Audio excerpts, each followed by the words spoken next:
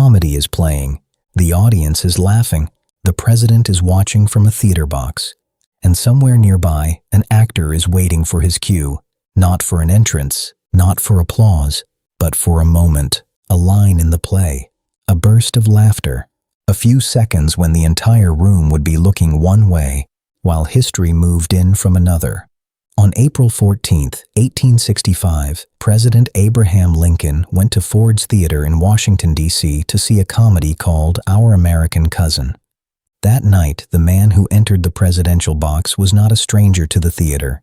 He was John Wilkes Booth, a professional actor, a member of one of America's most famous theatrical families, and a man who understood timing, entrances, exits, and the power of a dramatic moment. This is not just the story of an assassination. It is the story of how a theater became part of the crime. Welcome to Stick Theater History, where tiny drawings tell big theater stories. Today, the night an actor assassinated a president. Before it was Ford's Theater. Before Ford's Theater became one of the most famous theaters in American history, it was something else, a church. The building began as the First Baptist Church of Washington. But by the early 1860s, John T. Ford, a theater manager and entrepreneur, saw something different in the space. He leased the former church and turned it into a theater. It opened as Ford's Athenaeum in 1861, so from the beginning, this building was a transformation. A house of worship became a house of performance. Pews became seats. A pulpit became a stage. A place built for sermons became a place built for stories. But then, in December of 1862, fire destroyed the theater. The cause was a faulty gas meter. Ford could have walked away. Instead, he rebuilt. The new Ford's Theater opened in August of 1863. Larger, grander, more successful.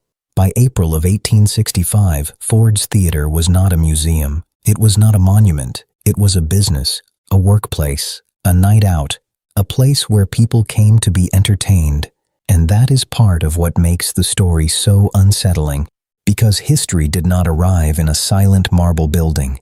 It arrived during a comedy, in a crowded theater, on a working stage. The actor, John Wilkes Booth, was not an unknown man slipping into an unfamiliar building. He was an actor, and not just any actor. He came from the Booth family, one of the most famous theatrical families in America. His father, Junius Brutus Booth, was a celebrated actor. His brother Edwin Booth was one of the greatest Shakespearean performers of the 19th century. And John Wilkes Booth himself was known on stage. He was handsome, charismatic, athletic, popular with audiences. He was especially known for playing Richard III. He understood how to hold attention, how to enter a room, how to project, how to move through a theater. That does not make him admirable. It makes the story darker. Because Booth used the skills of a performer for violence. He understood theater as a machine. He knew that an audience could be distracted. He knew that laughter could cover sound. He knew that backstage doors, hallways, boxes, and exits were not just architecture. They were roots. He knew Ford's Theater. He had performed there. He had access there. He understood the world behind the curtain. Booth was not in the play that night. He was not part of Laura Keene's company, but he was familiar enough with the theater world that his presence in and around Ford's Theater did not automatically seem strange. That is what made him dangerous. He did not choose a theater by accident. He chose a place he understood, a place where he knew how to move, a place where he could turn performance into cover. And when he killed Lincoln, he also changed the Booth family name forever. Edwin Booth withdrew from the stage for a time, though he eventually returned to acting. John Wilkes Booth did not destroy the Booth family's theatrical legacy completely, but he changed it forever. On the morning of April 14th, Booth learned that President Lincoln would be attending Ford's Theater that night. The play was Our American Cousin, a popular comedy, the kind of play people came to see for laughter, not history. But Booth knew something else. He knew the play, he knew the timing, and he knew there was a moment in the third act when the audience would laugh. That laughter became part of his plan. The comedy. The play that night was Our American Cousin, a comedy by Tom Taylor. It was not written to be remembered as a national tragedy. It was meant to be funny. The story involved an awkward American character visiting English relatives with humor built around manners, misunderstandings, and social embarrassment. The star of the company was Laura Keene.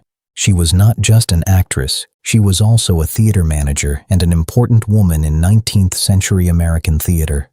On stage that night was actor Harry Hawk playing Asa Trenchard. During one of his scenes, Hawk delivered a line that audiences were known to laugh at.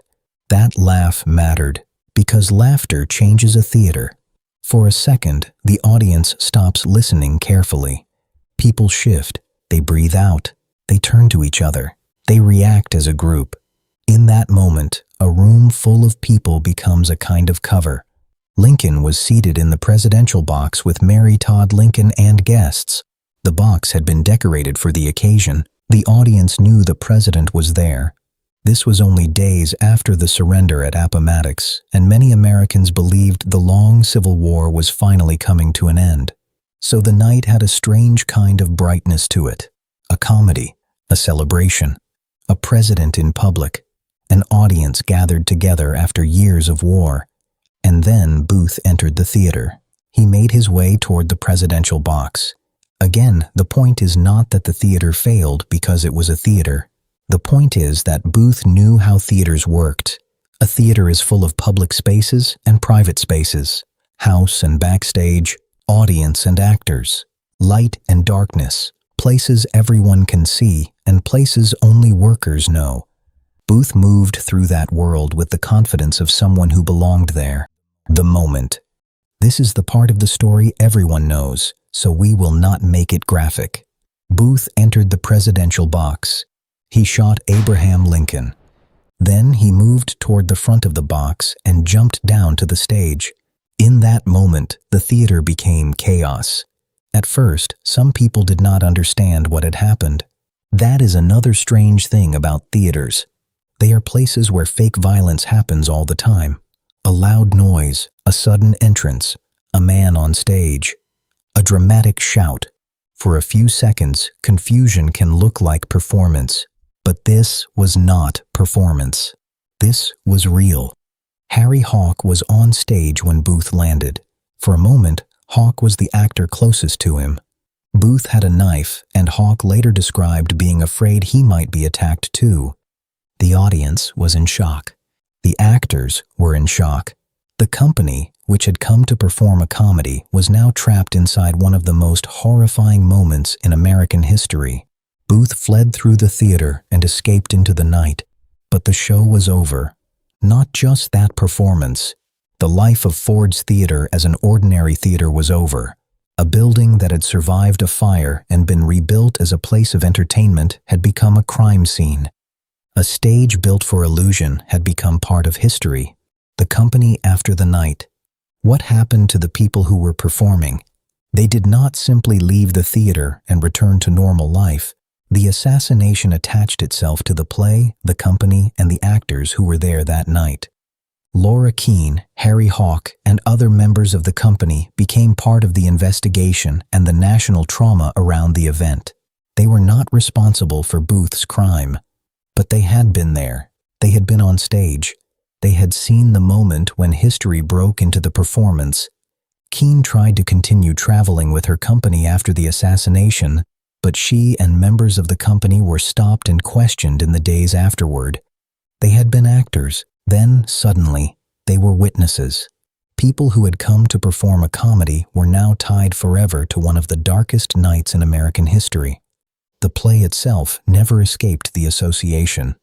Our American Cousin had been popular before the assassination.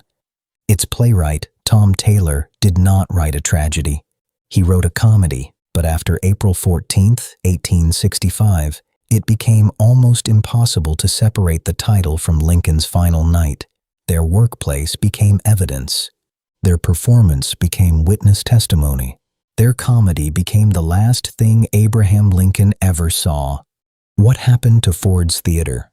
After the assassination, people argued about what should happen to Ford's Theater. Should it be burned, reopened, turned into something else?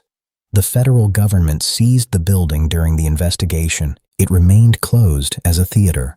Eventually, the building was used by the government for offices and storage. The stage was no longer simply a stage. For decades, Ford's Theater lived in a strange afterlife. No longer just a theater. Not yet the restored historic site people visit today. Then, in 1893, another tragedy struck the building. Part of the interior collapsed while government clerks were working inside. 22 people died.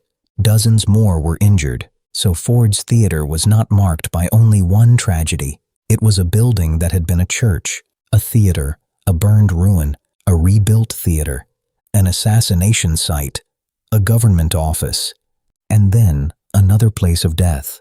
For more than a century after Lincoln's assassination, Ford's Theater did not function as a normal theater. It was too loaded with memory, too heavy with what had happened there. But eventually, the building was restored. In 1968, Ford's Theater reopened as a working theater and historic site. The first full stage production after the reopening was John Brown's Body, based on Stephen Vincent Benet's poem. That choice mattered, because the goal was not only to preserve the place where Lincoln was shot, it was also to let theater return to the building. Ford's Theater does not produce our American cousin. That choice makes sense. The play belongs too completely to the event, but the stage itself lives again. And that is one of the most complicated things about Ford's Theater. It is a memorial. It is a museum. It is a historic site, and it is also still a theater. Ending.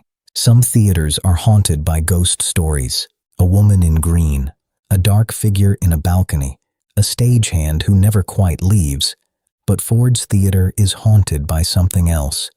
Ford's Theater is haunted by history. By the night, a comedy stopped being a comedy. By the night, a stage stopped being only a stage. By the night, an actor turned a theater into a crime scene. And by the question every historic theater carries, how much can a building remember?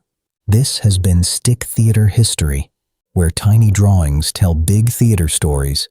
If you like strange, dark, forgotten, or haunted moments from theater history, subscribe for more stories from behind the curtain.